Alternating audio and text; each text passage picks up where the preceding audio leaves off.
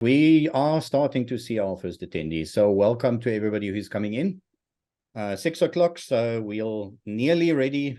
I think we'll give people just another minute or two. There's still masses of people arriving.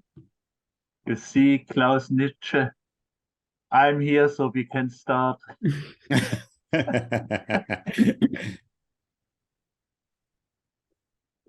Thanks, Klaus. Yes. Hi, David.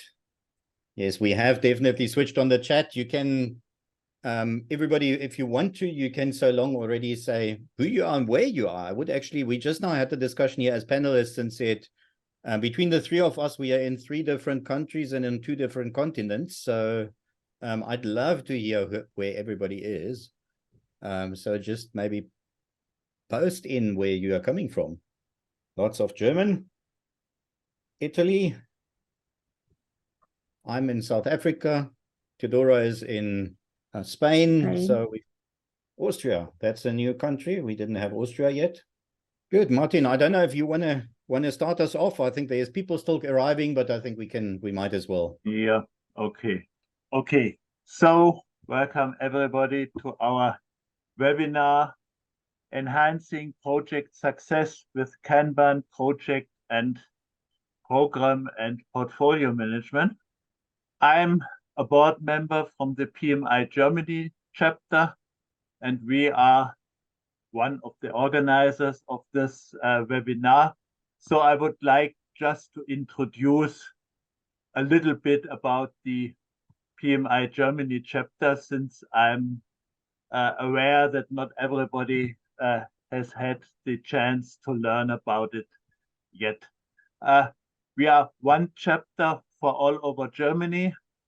We are about 3,500 members in this chapter. It's a German Verein. We have a lot more members with the Project Management Institute. There are about 10,000 in Germany and about 700,000 worldwide. So that's the largest project management organization there is in the world. We are doing a lot of things for our members and for all people interested in. We do a lot of events like this one, but also smaller events like round tables with a few people discussing important topics. We have communities of practice where certain topics will be discussed in a group.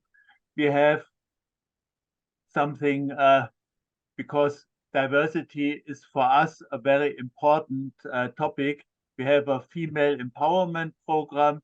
We have a youth empowerment program. So we are doing a lot to help our members to be good and successful project managers. I'm just cutting it short. I could talk quite a bit longer, but that's not the topic of today.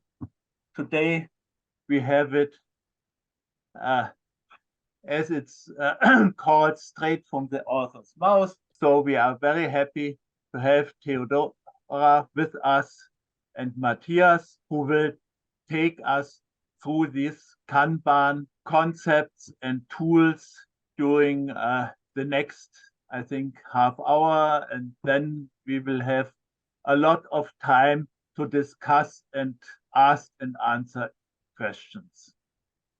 So, Mathias, why don't you take over? Okay, yeah. Thanks very much, Martin. Vielen Dank. First of all, we just now chatted about it. I only became aware of it today, but today is World Project Management Day on the 2nd of November. So we chose a perfect day for our webinar.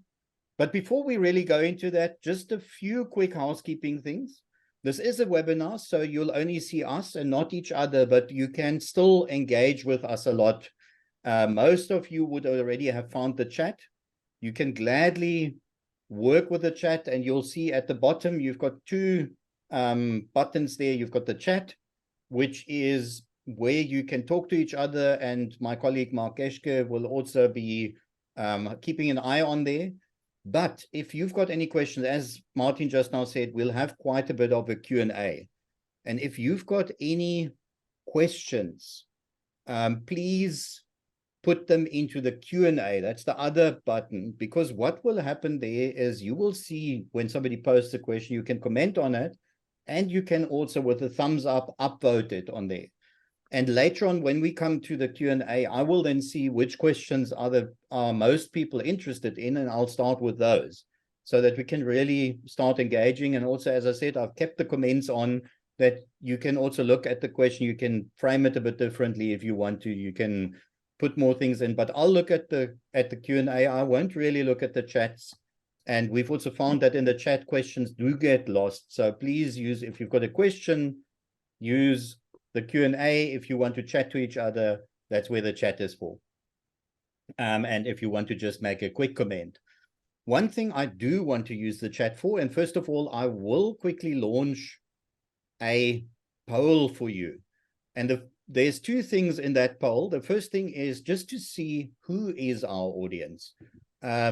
Are you a project manager? Are you in portfolio management? What is it that you are in? And the second part of that question is about really saying what is a current challenge and what's the key challenge you currently have. And this is a list that is definitely not exhaustive. So select whatever you think is there. But what's more important to me is that you also maybe put in the chat if you've got another one, or if something really stands out, the one that really stands out to you, maybe put that into the chat as well. Once you've put that in, so that we just get a bit of a feeling what the audience is wanting to hear from us today. Because as we said, it is a Q&A, so we will definitely engage with you on that and also see who are you, where do you fit in, what works there. Closing the poll, and I'll share the results so that you all can see how that actually looks like. So we'll see, we'll have quite a few project managers, 44%, but also program, portfolio, a few business managers, consultants and coaches, and then other, but also quite interesting what we see in the problems, and we are starting to see quite a few also putting it into the chat. So awesome. I think that gives us an idea. Lack of visibility is definitely one that is very high. Frequent rescheduling, no visibility into resource workload, ineffective communication, many tools for monitoring. Those are the ones that are all over 30% or more. So awesome. Thanks very much. I'll stop sharing now.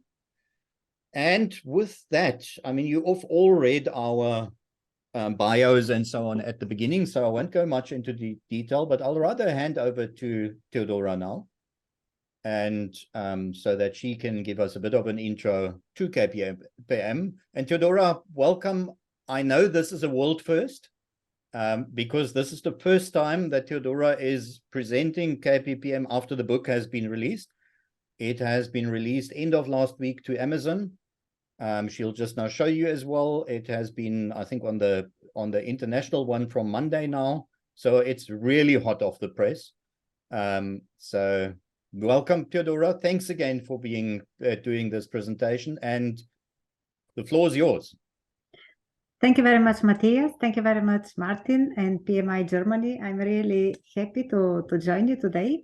I also didn't know, but it's a really lovely coincidence that today is the International Project Management Day.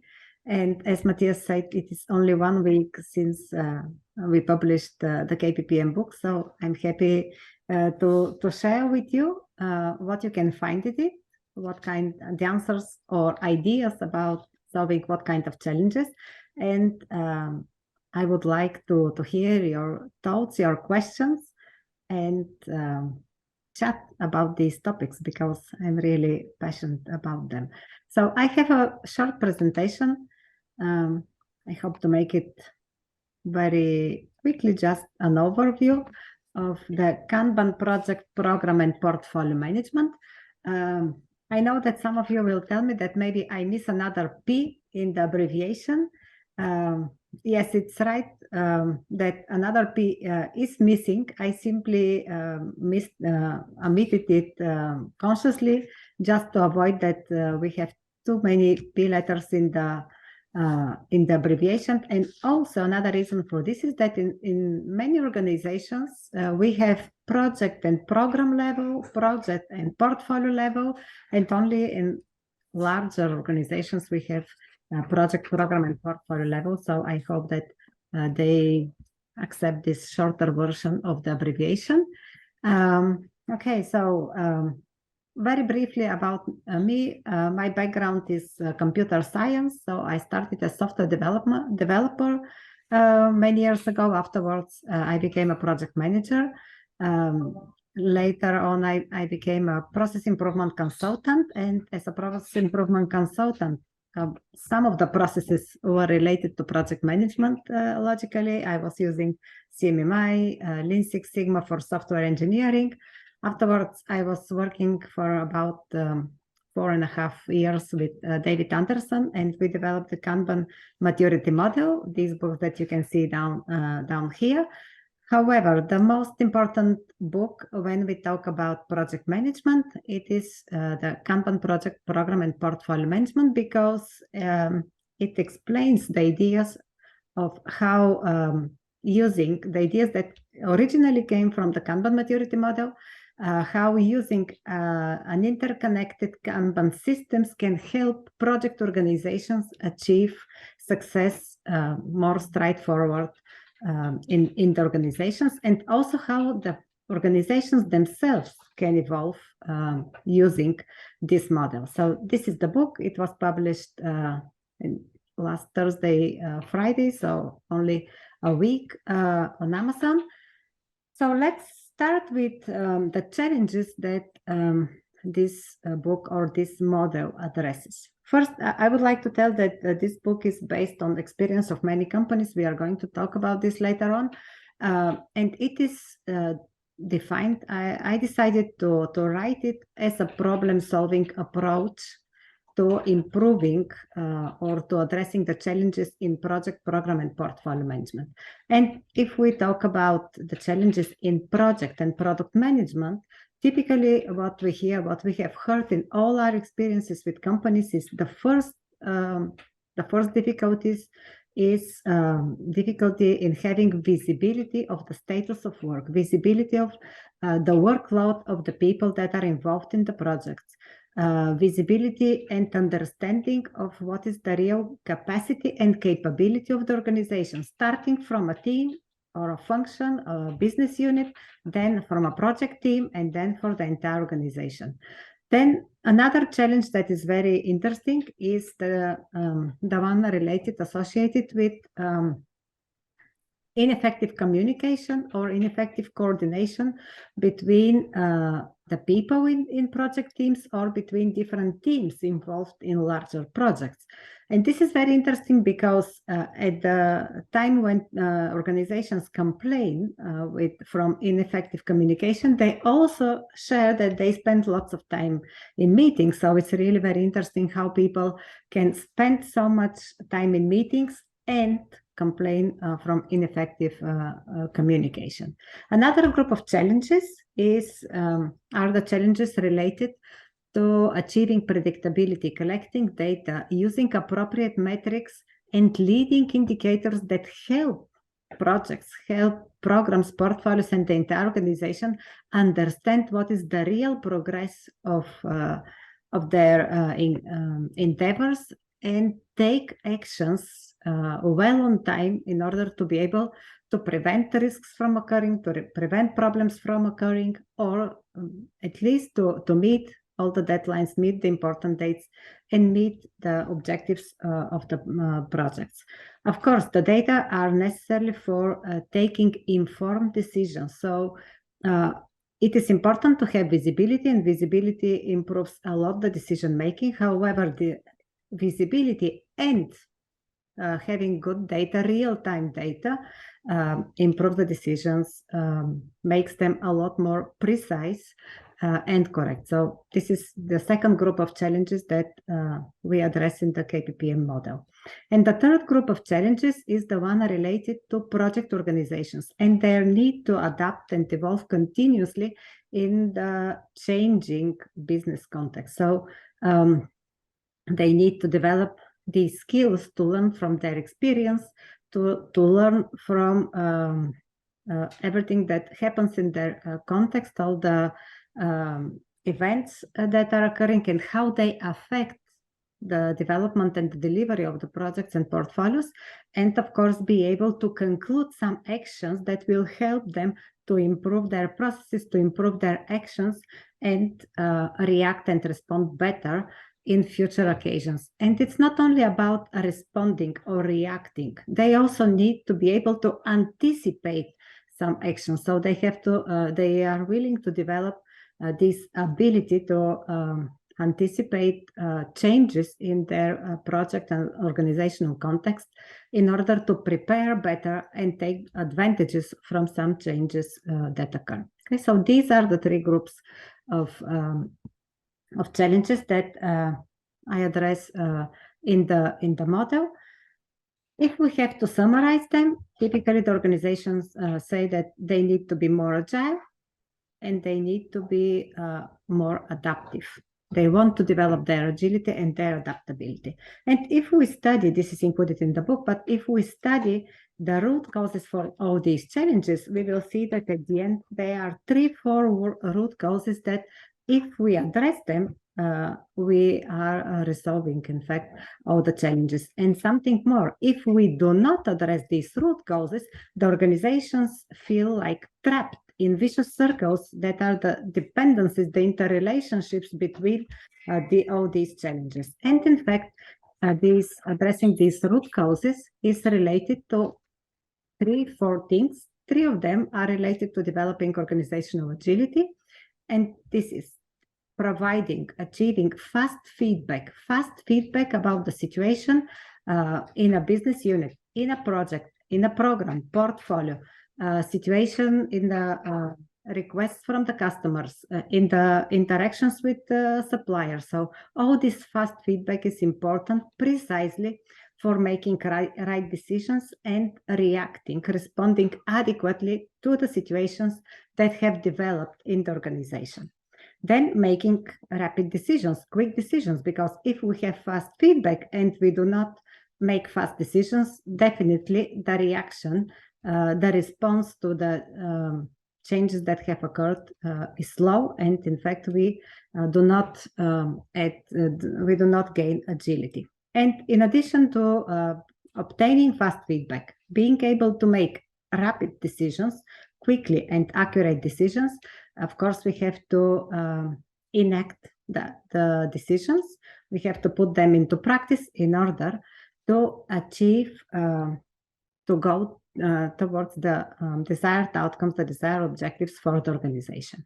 And when we are talking about adaptability, it includes this other 4th aspect, namely, of course, adaptability includes agility. However, it also includes the capability of an organization to learn and decide how to adapt, what to change, and how to change it from what situation to what another situation in order to continue delivering their functions, developing their products, providing the services that the organization provides to their customer, however, modifying them appropriately. So these are the skills of the organizations to learn and adapt. So the question is, how do we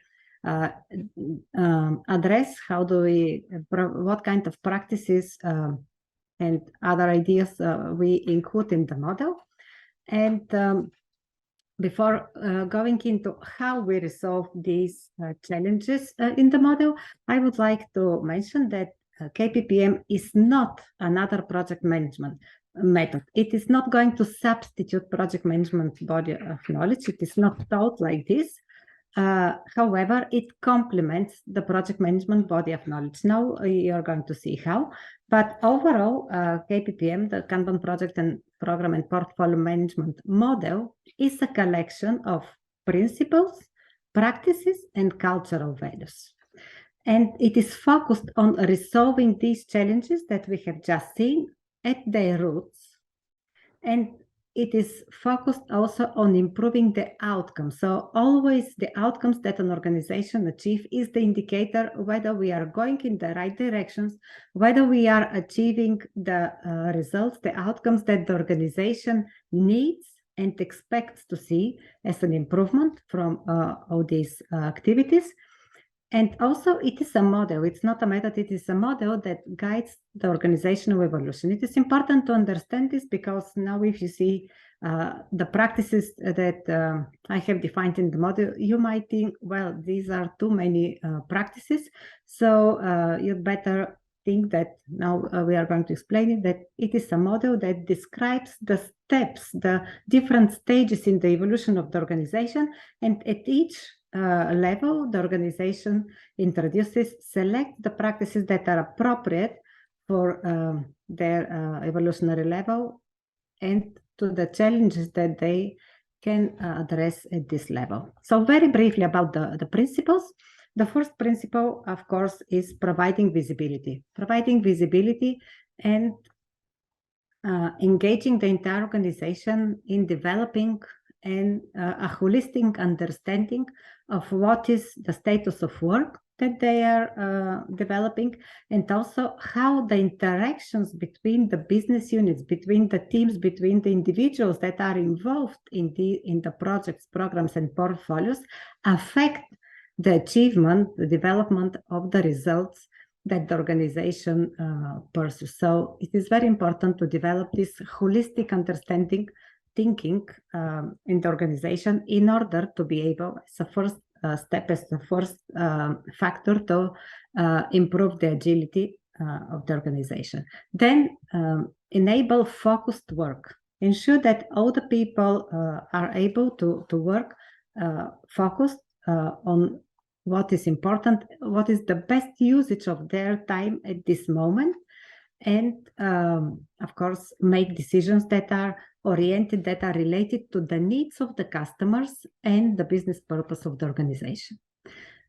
Then the third principle is maybe easier to explain and not so easy to apply. However, definitely very profitable for the organizations. They take advantage because they really improve their efficiency, their productivity, the achievement of the improvement of their outcomes. And this is in particular developing continuous and balanced flow of value for the customers and related to the purpose of the organization. So developing the flow thinking, understanding how we have to manage project work in such a way that we can see a flow, continuous, stable, smooth flow of project results from the moment we initiate the project until they are delivered to the customer. And we do this not only for a single or two projects, we do this for all the projects in the program, for the programs that are included in a portfolio.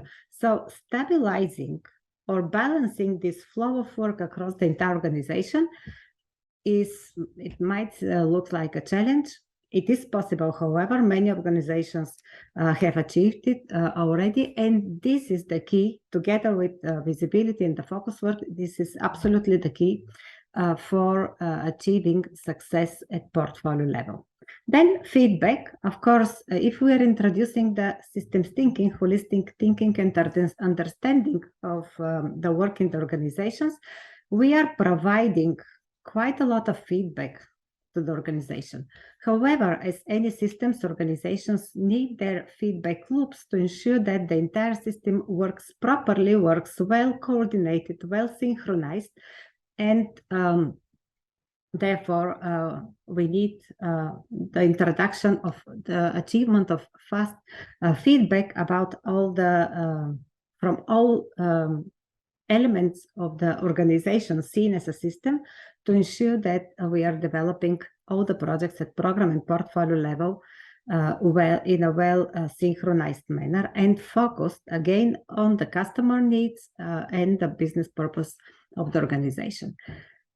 And all these principles are important, however, they require also appropriate way of thinking. So we providing visibility, focusing the attention of the people from the organization on developing continuous and balanced flow of work requires and develops a culture of transparency, culture of collaboration, working together, focused on the objectives of the organization, driving the decisions and actions that are taken in the entire organization by the purpose of the organization. So we have two things that are happening at the same time. On one side, we need to provide to facilitate the growth of such a culture, building such a culture. On the other side, the practices themselves strengthen this culture. And of course, this is how the organization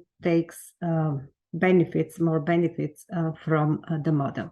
So just summarizing, the model includes, we said, principles. These are the principles that we have just seen. Then it includes 4 groups of practices, always focused on improving the outcomes of the organization. And these 4 groups of practices are planning, practices that support the planning. They do not substitute the planning, but they facilitate the planning of projects, programs, and portfolios. Then practices, another group of practices that facilitate the communication and the alignment of the entire organization, all projects in the organization. Then practices related to monitoring and adjusting the course of the actions in the projects. I know you might be used to see monitor and control, and monitoring is definitely important, because if you want to keep the projects and all projects in the organization on track, definitely we have to monitor their status continuously, if possible in real time, and if possible at no bureaucratic cost. No time required for monitoring. But what is more important is that we have to learn to, or have to be able to adjust the actions that we take, the decisions that we take in the project in such a way that despite all the changes that might happen in the context of the project, we achieve the objectives for the project.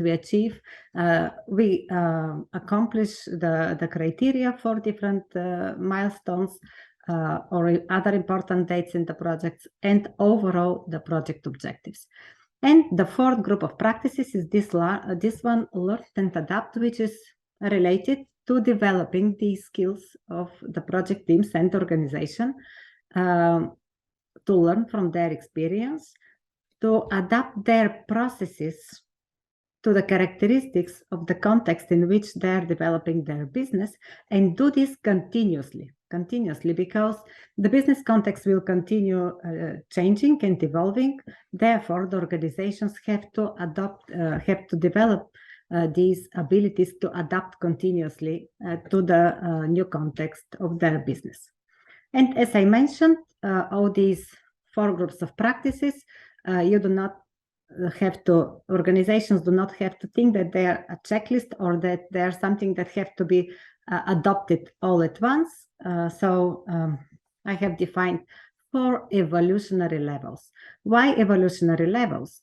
First, because the word evolutionary already gives the idea that the organizations evolve continuously. They start always where they are, and they identified, based on good understanding of their current situation, they identify which practices and cultural values are appropriate for them to introduce in order to progress further towards their desired situation. So this is exactly reflected in these evolutionary levels. And also, each level describes the characteristic of the stage of organizational development in terms of management practices, culture, and outcomes that they achieve. So this is how the organizations evolve. 4 evolutionary levels. The first one is team focused, then customer-driven, outcome-driven, and high-performing. I'm going to show you some examples right now so that you can get an idea what they mean. So how, if we have to summarize the content of the entire model, this is a poster that you can download it from berryprocess.com. But what is important here is that you can see the 4 groups of practices: plan, communicate and align, monitor and adjust, and learn and adapt. You see the 4 evolutionary levels here.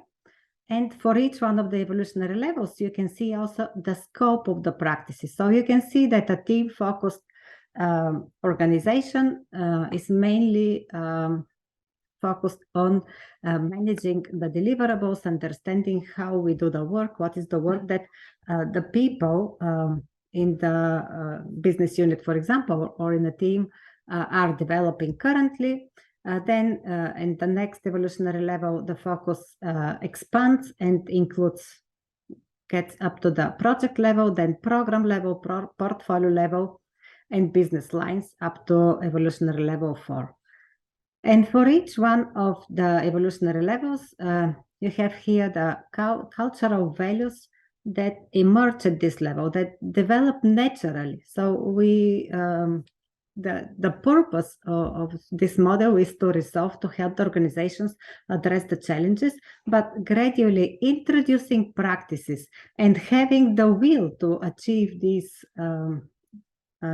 characteristics of organizational development. In fact, the culture evolves as well. So the good point is that if an organization identifies at which stage they are and which is the next desired level or the next desired characteristics that they want to achieve, not necessarily a level, it's very easy to identify which are the practices, cultural values that could be appropriate for them. And then they select the ones that they find adequate for introducing in their organization. Very quick example from practices from each one of these 4 practice groups. So let's start with planning. Typically, the first question is, how can we see the work breakdown structure of a project on a Kanban board, for example? So this is an example of a work breakdown structure for developing a smartwatch. So it has mechanical elements, it has software. Maybe it includes, this project includes some components that will be manufactured inside the company. Some other elements will be obtained from suppliers. In the end, these smartwatches will have to be assembled and then they have to be launched to the market. So there will be some marketing activities. So if we see such an example work breakdown structure, the way to visualize it by means of Kanban boards is very simple. It's something like this. So each one of these work packages is visualized here as cards, cards that include other child cards that are in fact these deliverables that make part of each work package. So you can see the work packages that make part of the scope of this project and are for the manufacturing department, for the engineering department, for the software development department, so they can see their work broken down as you see here. And at this level, at the project level, you can see the entire initiative, which is in fact the card that summarizes, that includes all the work packages here. So if you have this information for other projects as well, then this is an example, a simple manner to visualize your program, all the projects that belong to this program in this manner. Something more at this stage, if you visualize the work like this, for each one of the work packages, you can see which of the deliverables have not started yet. For example, the blue color here, which of the deliverables are in progress because they are orange and maybe there is some unexpected event that has happened here, this blockage symbol that you see here. Some of the deliverables appear to be completed because they are in green here. You can see deadlines. Again, you can see 2 blockers. You can see how long time ago the project started. For example, we see here that it's 87 days. And also you can see some priorities, for example, in the colors of the triangles. You can see who is the work package manager or project manager. So there's lots of information here, which this board is communicating 24/7 and provides this information in real time. So at no cost at all from the project manager. So simply the people who are using these boards, they update the status of their tasks or deliverables, and this information is updated automatically on the board of the project or the program board. Okay. This information, you can see already that this board communicates lots of information, but let's see some more details. What kind of information you can see, for example, at a business unit board or a team board. So you can see who is doing what. Okay, so what is the engagement or the workload for certain people, because you can see their avatars and you can see what they are doing. You can see the priorities of these tasks. For example, this one, the orange triangle, is a high priority. However, the red triangle is a critical priority or expedite. You can see whether the work is not started yet, in progress, or is already done. And having this information on the board for several people already creates the basis for reinforcing the teamwork, reinforcing the culture of collaboration, because people can see what is happening. They can see that this task C is critical, and maybe this means that it has to be delivered in a couple of days. So maybe Marta, in this case, needs some help. So it is easier to start collaborating when people are visualizing, are seeing the information. So this creates this spirit of teamwork and collaboration, which is very useful, necessary for achieving project results on time. So this is how, without any additional effort, we start influencing also the culture of collaboration and growing it and developing it in the direction of purpose-driven collaborative organization. Next stage, so we could have these different boards at business unit level or team level, and then we see the summary of the information at project level, and we can see it both as you saw it here, just as a summary of the situation, but you can use, for example, a timeline. So at this time, projects start taking advantage from these two dimensions.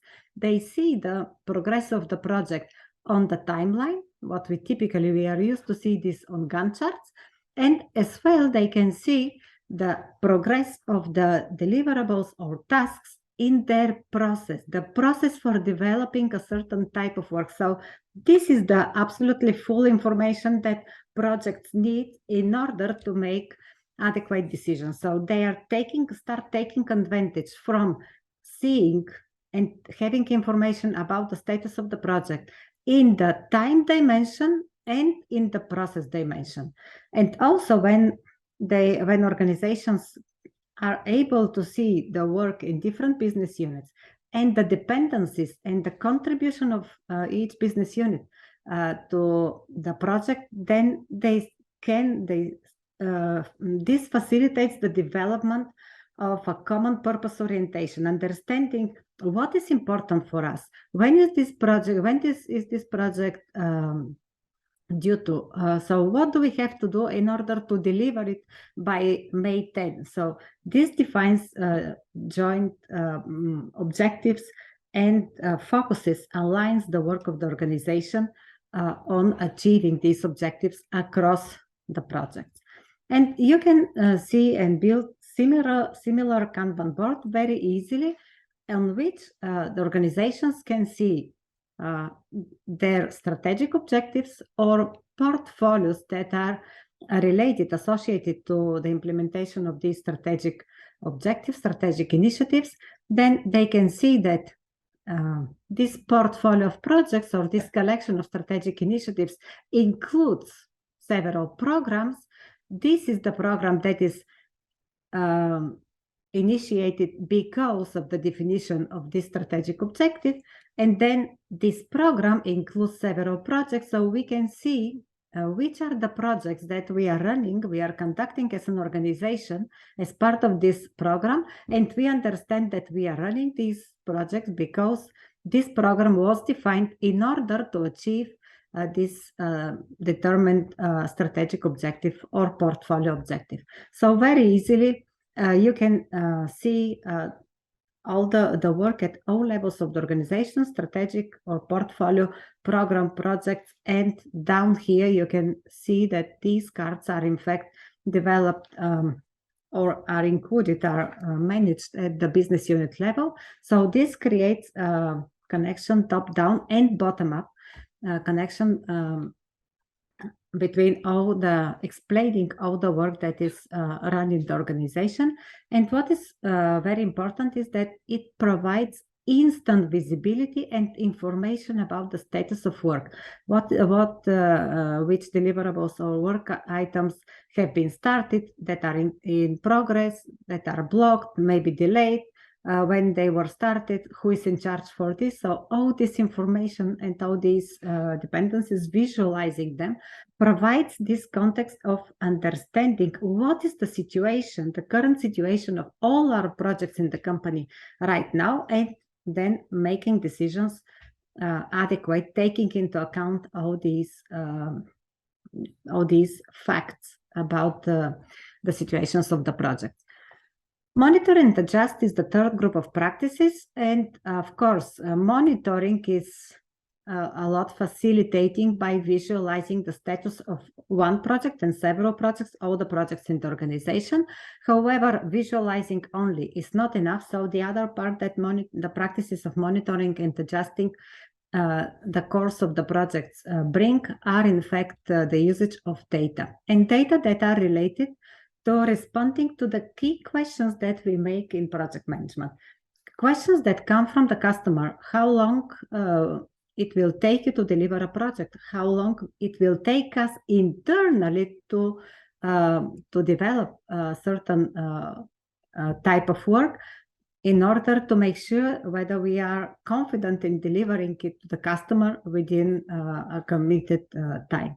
Then how much work or how much inventory we have in progress, because this is related to the available real capacity of the organization. So it is important to know how we use our available capacity, how we occupy it in order to decide which is the right usage of the time of the people and focus it on the projects that are most important or prioritized for the organization.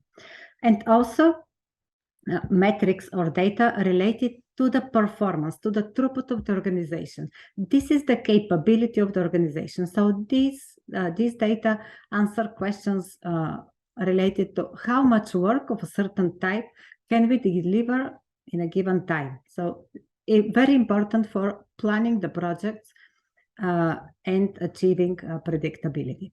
And of course, the fourth group of metrics that we use for monitoring and adjusting the projects are the outcome-related metrics. These metrics that are related to the desired results, the results that the organization expects to achieve. So outcome-related metrics. And the fourth group of practice, learn and adapt. This is typically about identifying what is the current situation, what is the desired situation in the organization, what are the barriers that prevent achieving the desired situation tomorrow, and then identifying practices that help us avoid these barriers or overcome them, resolve these roadblocks that we find on the way to achieving the desired outcomes, the desired results, and evolving continuously. You can find, we define the Kanban material, the KPPM, Kanban Project Program and Portfolio Management Model, based on experience that we have had with about 30 companies. Some of their case studies are published on the site of VeriProcess. Some of them are in English, some of them are in Spanish. Then we realized that people also like, especially managers, like to know the stories and the insights, the experiences of other managers, project management office managers, executive level managers who have been involved in such initiatives. So you can also see these interviews and webinars with them. Again, some of them are in Spanish, other are in English. Very briefly here, I would like to invite you to listen to this interview with Ana Jimeno Avi. Ana Jimeno Avi is a project management office director at Línea Directa, and Línea Directa is an insurance company in Spain, the fifth one, and also very respected insurance company in Spain. So maybe I have to stop sharing and share with sound, because I'm not sure if yes. Okay. What are you most proud of what you have achieved during these years? One of our most important or our main achievements is that we have been able to align the strategy with the operation. For us, it's essential for everyone at all levels to be completely aligned. Getting a standard, unified and flexible method and process is also very important because it's the same method, but we keep adapting it. They're not the same policies those we had when we started 4 years ago and the ones we have now. We are adapting them according to our needs. We work with the business teams and the technology teams under the same umbrella, the same method, with the same rules of the game. The cadences implemented at those 3 levels, operation, strategy, and methodological, are a form. It is already a routine. We already entered a day-to-day, so it's very important to have this part covered as well. And the explicit policies here at the tool level, we have them in Kanban, but we are also very proud of the agile workspace we created. We have an agility workspace in the Línea Directa wiki where we have all our policies. This is the learning source that we created for the teams so they can learn and so they know where all the collected information is. This is the way they learn how to be agile. Within the cultural change, teams have to understand that they're not alone, that they have support from the PMO team. We wouldn't have enough hands if we didn't have that agile workspace created. The Kanban board system, you have to understand that we have more than 100 Kanban boards connected to each other. We have lots of people and lots of specialists and teams working on these tools, on these boards. Yeah, you're a big company. You can't expect less if you really want to manage work at all levels and throughout the entire organization. And the fundamental part, we have a system that we can measure and that we can evolve. Yeah, this is something maybe the key. What are you most proud of evolving? That the organization need to develop these skills is to create the system of interconnected Kanban boards that help them manage their projects and portfolios, but also to learn to evolve these systems continuously and adapt it so that it helps them, it serves them in any situation that develops in the changing world of today. So maybe this is something that is, if we simply explain it in terms of practices and in terms of theory, it might seem that it's very easy, or maybe we understood the practices. However, we have realized that precisely in the introduction of flow thinking and the development of this system of systems for managing the entire work in the organization best happens through simulations, because when people are immersed in practicing these practices and ideas and decision making, they learn, they adopt, they realize, they interiorate the practices a lot better. So if you are interested in doing these simulations precisely for managing multiple projects and in German, feel free to contact Xuviate. They have a very good simulation about this. So that was very briefly about the KPPM model. I will be happy to listen to your questions. Maybe I can stop sharing even here. Awesome. Thanks very much, Teodora. It's awesome to hear that. And I mean, I've now been involved with it a bit, but it excites me each time again. And I also had 1 or 2 chats in the meantime with people and so on. And I see the questions are now flowing in. So we'll get to the questions just now. Just on the simulation, I just now did put a link into the chat as well. As Teodora said, xuviate.com/PMI-GC. And also what I put in the chat is there is a voucher for 1 person per company specifically to the PMI. It's normally 250 euros per person, but we are till the end of November. And at the moment we've got 2 sessions scheduled, or 4 actually, on the 15th and the 29th, each time in the morning in English, in morning in German, and the English in the afternoon. A warning, at the moment there is roughly about 40 seats in total left for this month, so you will have to jump quite quickly.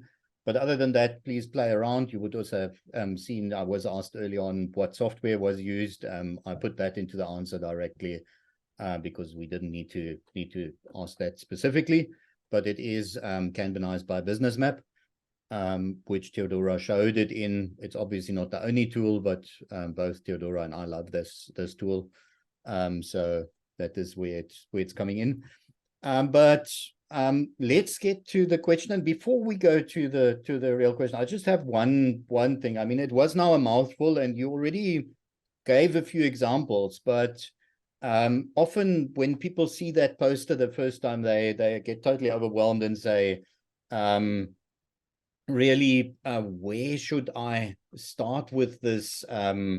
It's really intimidating, and how can I start? It looks so difficult. I think it's easy. It would be a pity if it looks difficult, but well, as in sports, as in art, as in studying language, we always start from understanding what is our real situation, what we do well, and what we still want to improve. So understanding in terms of the descriptions of the evolutionary level where the organization is, more or less at which stage, then it's easy to understand which practices would help this organization at this stage to continue evolving.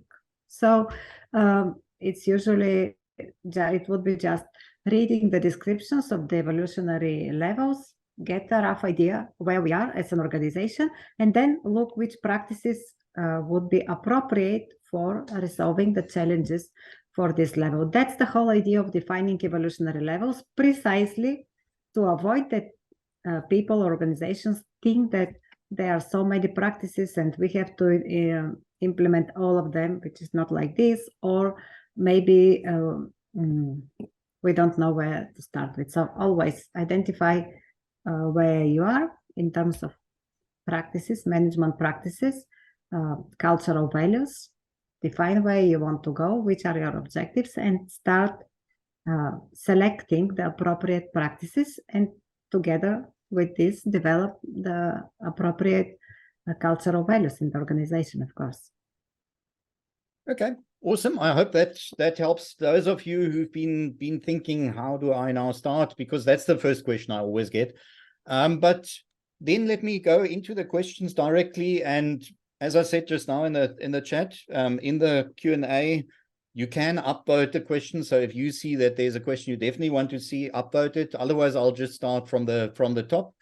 And there was an anonymous attendee who asked, is this view, and I think it was when you were at the strategy view, is it a different way to see a flight levels board style? I'm afraid I won't be able to answer this question, not for any reason, but I'm not very familiar with flight levels. I mean, I know a little bit, mainly from social media. So I would say that Mathias can answer this question better than me. Is it similar? As far as I know, in flight levels, we have Matthias, you will correct me if I'm wrong, Yeah. but we have a team level, then a coordination level, and then strategy level, right? So Yes. in terms of visualizing work at this level, it might be similar, but I'm not familiar how what practices are used in flight level for implementing these levels. So I cannot answer. I'm sorry, I cannot answer this question. How similar Teodora, maybe I these are. can help you there a thank you. slight bit with because I am a flight levels coach, so thank you. It is a bit down my alley, but letting specifically this tool, and we are looking in the flight levels community a lot at tools. There is at the moment nothing that is really doing flight level 3 very well, especially not in the way that Klaus and them, Klaus Leopold and them really envision a flight level 3 as a bit of an open canvas. Where something like Kanban, however, shines very much is as soon as you go, if you go in there, and those that know flight levels a bit, is something called OKRA, the activities to the OKRs. As soon as you start at that level, and especially at coordination and team level, and the flow through of all those can definitely be shown quite nicely. But I don't want to go into more detail. That is not a flight levels session, but it can be done. It is a bit a different way to look at it. And yeah, I think let's leave it at that for this today. Thank you, Matthias. Okay, then we've got 1 or 2 questions that have been upvoted now. So I'll take the first one that has been upvoted, and that is, what about forecasting in this method? For example, how could I understand if throughput is well dimensioned for my monthly income or things like that? Forecasting is included in the practices.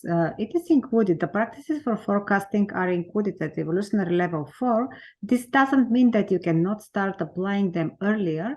However, the problem with applying the forecasting practices earlier is maybe the quality of the data won't be good enough. So if we don't have good quality data and we make a Monte Carlo simulation, for example, we are going to achieve very wide variation for the results, and still it will be difficult to make a decision, or maybe the data, simply when you see the result of applying the forecasting technique, you will realize that you cannot take lots of advantage from this result. So yes, they make part of it and you can use it, but the first steps before jumping to forecasting, the first steps are, of course, developing the discipline of collecting data, collecting right data, then starting to using statistical techniques, using simple charts like control charts, histograms. They become very useful in the beginning, and afterwards, when you have more data and when you have deeper understanding of your process, of course, you can take advantage of the forecasting practices as well. Okay. Thanks very much. I hope that helped. If somebody wants to add to the question and so on, just add another question if you really want to. We do have quite a bit of time, so if you feel that you want to add a bit of a concept and looking at it, but then let's look at one of the other ones that is also voted higher is, how do you decide priorities between multiple portfolio or program initiatives when scheduling overlaps? These are part of the triage criteria that organizations define at evolutionary level 3. And these criteria first, they include aspects related to what kind of projects or what kind of programs, portfolios we want to develop in the organization, taking into account the available capacity of the organization. So first, selecting the types of projects in which we want to invest, which we want to start, that are important for the organization and for the business. And second, scheduling, planning these projects, the identified project for the organization, planning them again based on the available capacity of the organization and the data related to the that come from the forecasting of the time necessarily for conducting these projects or conducting some parts of them. Sometimes big projects are split down into smaller projects, and smaller projects can be started and conducted, and in such a way we create a faster flow of results. So can you repeat again the questions to make sure that I answer the right question, was please? to decide priorities between multiple portfolio or program initiatives when scheduling overlaps. In fact, scheduling happens after the triage of the projects and portfolios. So once we have selected the projects that we consider important for the organizations to be started, then we start scheduling, and we do the scheduling based on the available capacity, because we don't want to overload the entire system. If we overload the entire system, the flow will be affected, will be slowed down, and therefore we decide the scheduling after deciding the importance of the projects on which we want to invest. So this is mainly using triage criteria and policies, and then different classes of services for the different projects and work items, types of work in the projects helps the organizations make these decisions.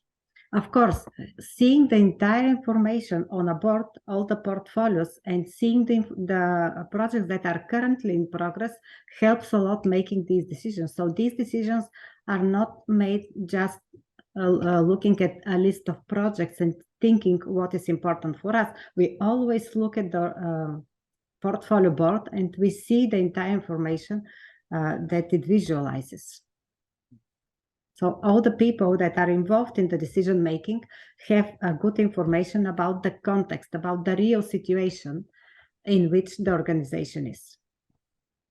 I think I want to add a small question that we often also get with this one, and that is you're saying all the stakeholders and so on, and that just reminded me of one very important thing, and a question that I've got to you is, what is actually the role of the business leadership or the senior management in this whole implementing of KPPM?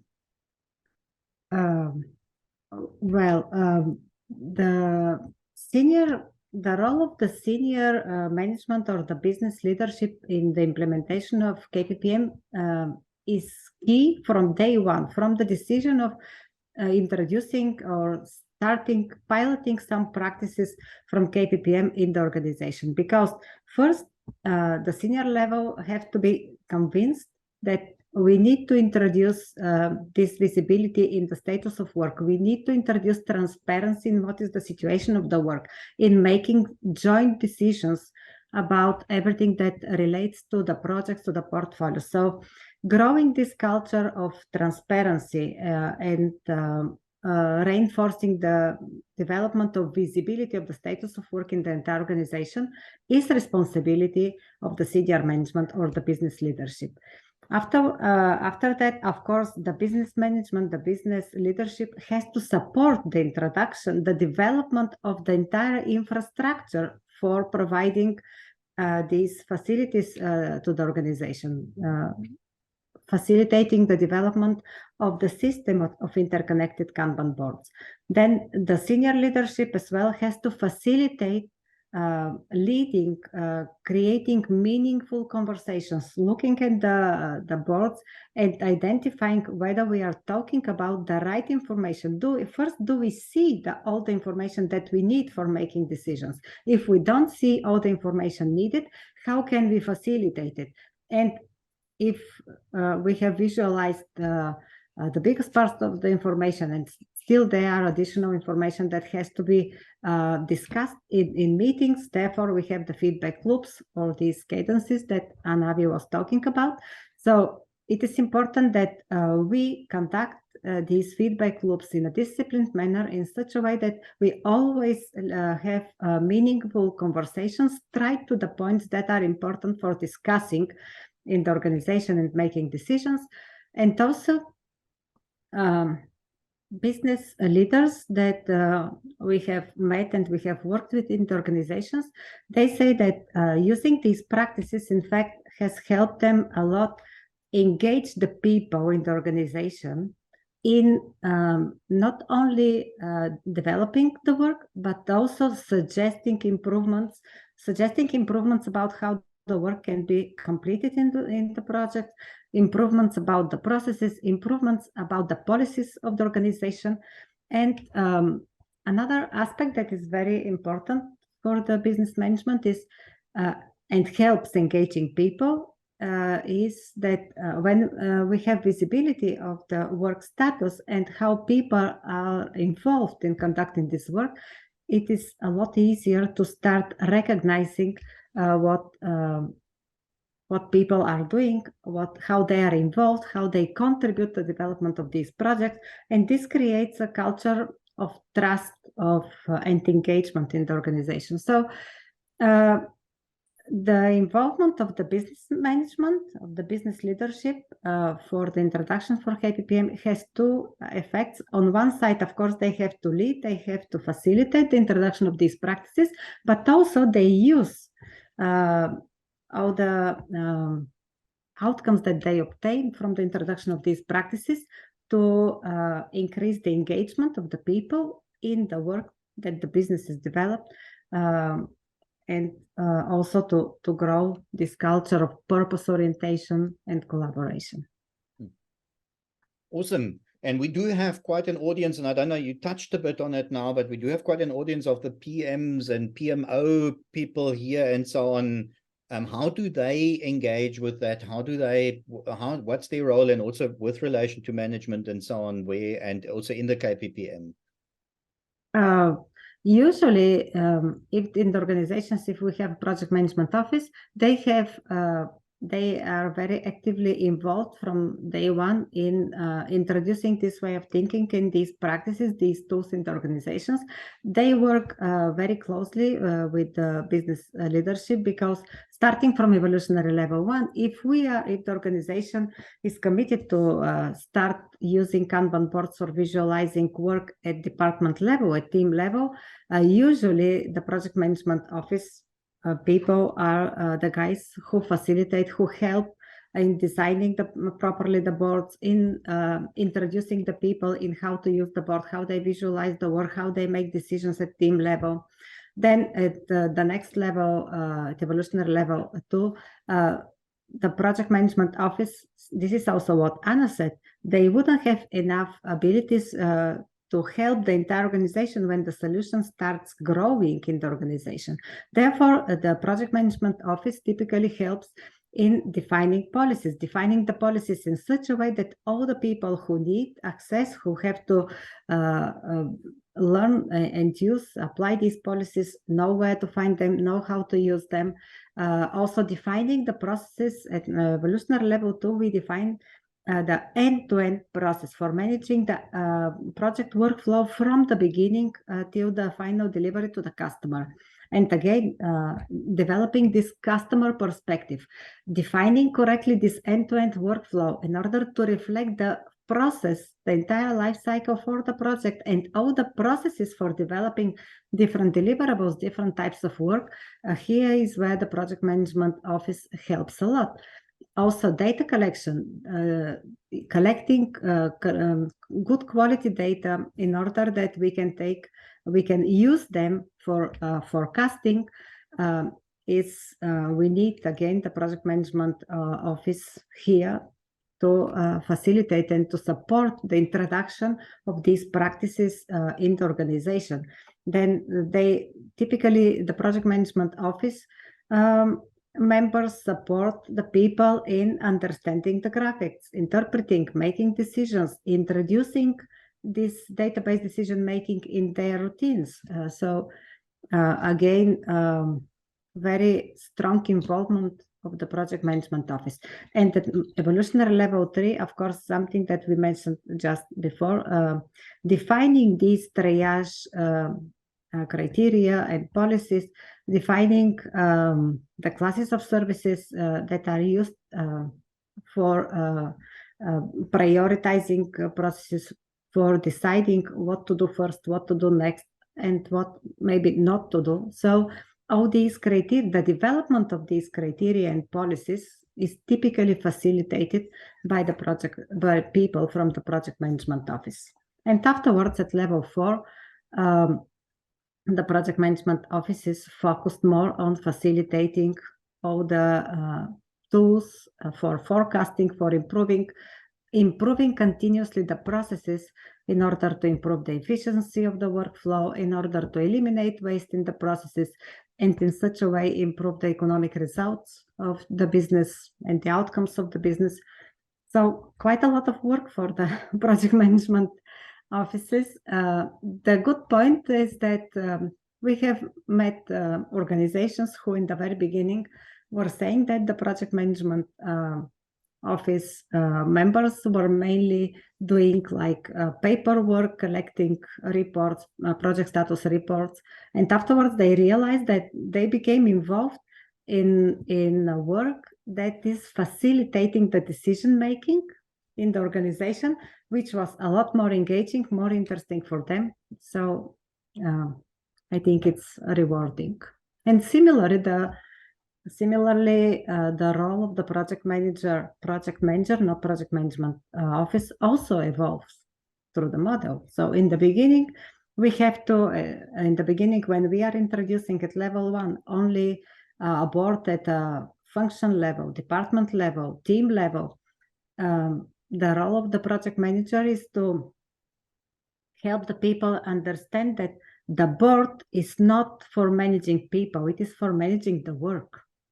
And the project manager has to be concerned with what is the workload for the people, avoiding higher workload, because if we have higher workload, the flow is very slow. So ensuring that there is appropriate workload for the people that ensures a good flow of work. The project manager at this level, in very beginning, has to understand and try to introduce the thinking that we want to finish work instead of pushing work continuously. Afterwards, the project managers facilitates the introduction in seeing project work from customer perspective. So yes, we want to accomplish the work according to the plan, but it is very important to see how work progresses towards the customer and understand the end-to-end process from customer perspective, precisely to be able to collect the data and be able to answer all the questions that typically come from the customer. So then at level 3, project managers contribute to collecting data, to facilitating the balancing the work across the entire organization, resolving bottlenecks, using capacity and capability data precisely to smooth the flow of work, not only during their project, but through all the projects in the organization, with the objective to improve the outcomes of the organization. So these are the characteristics of how the project managers' role evolve through KPPM when organizations evolve. Awesome. Thanks very much. Yeah, that was quite a mouthful, but I think the next question actually fits in quite nicely there. You said with evolving and so on and measuring and so on. There's one question from Adalbert is, do you measure lead time or cycle time? I think it's a bit of a technical question, but it's more, is it the customer time or is it the actual cycle time that it's in progress? Yeah, with respect to lead time and cycle time, I think that there is certain level of confusion about what I mean in all the literature about these metrics, and you can see that in some books and some publications something is called cycle time, and in another publications the same time is referred to as lead time. So I think it would be easier if we are more precise about the time from which point to which point, how we call it, and then it will be easier to understand. Overall, in the book, I talk about lead time. However, in many organizations. For example, cycle time is only the time that it takes a work item in a certain column to be developed in a certain column. This is referred as a cycle time. At the same time, in Kanbanize, the term lead time is not used. They are talking about cycle time all the time. And in their graphics, you will see the concept of cycle time. So I think that in an organization, it is important to understand what is the time that it takes the system, the organization, to develop a product and put a name. This could be system lead time or could be cycle time for the organization, but it is important that in the organization, all the people know what they refer to when they say cycle time or lead time and use it always consistently. So overall, we can talk about system lead time, which is the time it takes the organization or a system to develop a work item, and then customer lead time, which will be the lead time from the moment the customer has placed the request for a work type, for a project, or we have started, for example, a work package from a project until its final delivery. So yeah, that's about lead time and cycle time. I think it's important to understand, especially within an organization, and know what you refer to when you use these terms, and then it's easy. Awesome. Yeah, I think that's otherwise we are going very deep, and I think we've got exactly time for one or two more questions, and we've got two that I will put into one because it's actually a very important question, and that was from Mahmoud.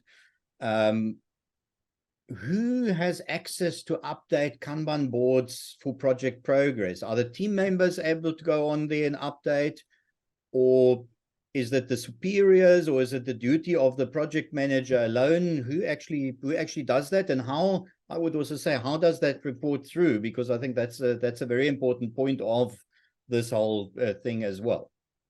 Very important question, and it's very important to understand and do it correctly. And yeah, this question usually appears in organizations in which organizations that have been used until that moment, that the project manager is the owner of the project one, and only the project manager is updating the project schedule, and the other people are reporting to the project manager. So when we are introducing the Kanban boards in the organizations, in general, all the people involved in the projects update the status of the cards that represent the work that they are doing.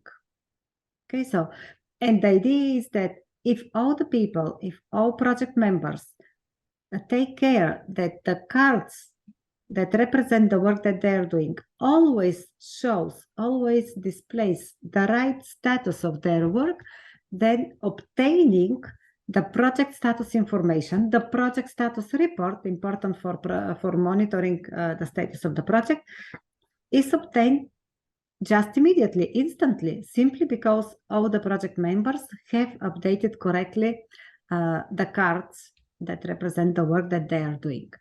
The project manager, of course, has to do their part of the job, and they have to look at the data. They have to compare this data with the with the planning, current planning of the project. So they have to identify deviations. They have to see how the project work can be reorganized, can be adjusted. Therefore, the group of practices is called monitor and adjust in order to achieve the plan. So it's not about achieving compliance to the plan of the project. It is about achieving the objectives, delivering the results. So it might require that some actions are implemented in the teams in such a way that we organize the activities, but we achieve, to ensure that we achieve the outcomes, the results for a milestone or for the entire project.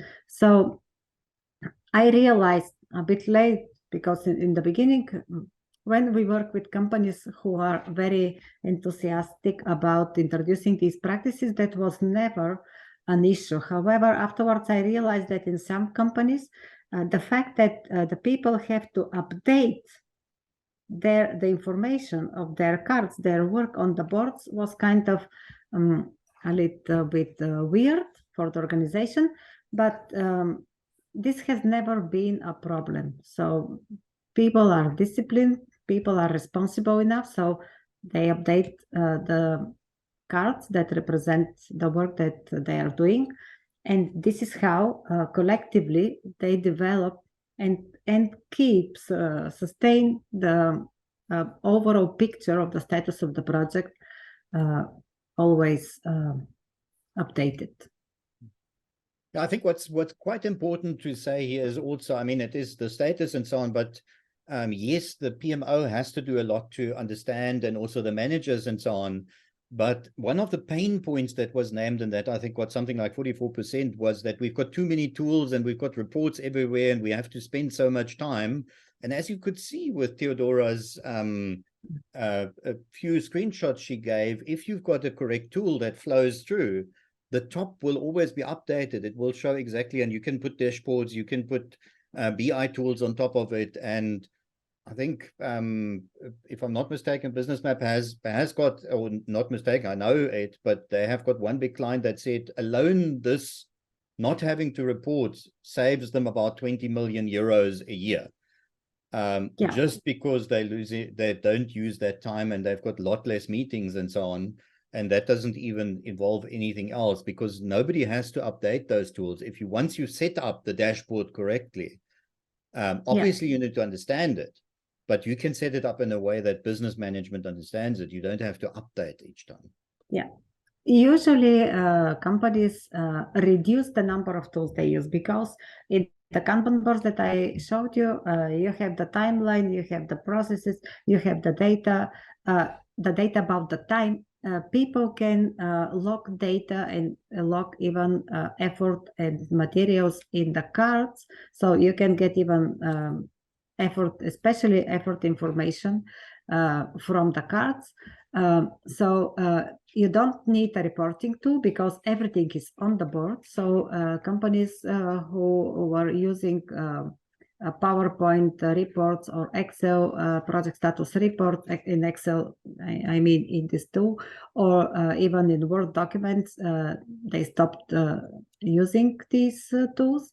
The meeting time reduces drastically, and companies very quickly see improvement in this aspect. And in our experience, the tools that in the end the companies use reduced to using Kanbanize or Business Map, and some companies use an ERP system mainly for managing costs, but they are always integrated. And this way you have all the information about the projects and the portfolios in this one or two tools. Awesome. Thanks very much. I see there's just come a question, but unfortunately, I think we are out of time. We are at I don't want to let people go too long. Mahmoud, you can find me on LinkedIn. You can reach out to me, then I can help you, or you can reach out to Teodora. It was about what other tools are there and so on, but that is, I think we have to leave it here. Martin, I don't know if you want to quickly put on your video, put you on your microphone again, and do a bit of the wrap up. I think we are all done here. So thanks very much. Thanks to the audience, and especially thanks to Teodora, but I'll leave the rest to Martin over. Thank you very much. Okay, so I would like to thank you for participating here. I had a question, which is usual in the PMI context. How do I claim the PDUs? So you see the claim code here, but you don't have to copy it down, because we will distribute my slides and information about the other topics as soon as we get them together to every participant. So don't worry, you will be kept up to date. Awesome. Martin, I will also send you tomorrow the link to the, I'll make the video of this also available, then you can distribute that as well. Okay, I will distribute that as well. Just as a reminder, in the PMI Germany chapter, we are doing lots of events. And so I put in a small selection of what we are doing in the next weeks. The one on November 8th, Sustainability Summit, that's the one I care most about. So come to our events, join our chapter. Some advertising is in order here, I think. And we would like to see you in next events as Xuviate does, as Teodora does, and as the PMI Germany chapter does. So thank you very much and goodbye, and see you sometime in LinkedIn or in online or maybe even in person. Thank you. Yeah. Thank you very Awesome. much indeed. Yes, thanks very much to everybody. And then, yeah, we'll see you all around. As we said, LinkedIn, you can reach out to us. And again, thanks, Martin, for hosting us. And to the PMI, it was awesome. And it was awesome to see so many of you here as the attendees. And as I said, a special thanks to Teodora. Thank you very much, Martin. Thank you very much, Matthias. And I was happy to join you for this webinar. Thank you. Okay. Goodbye. Awesome. Bye. Bye, everybody. Bye. Bye.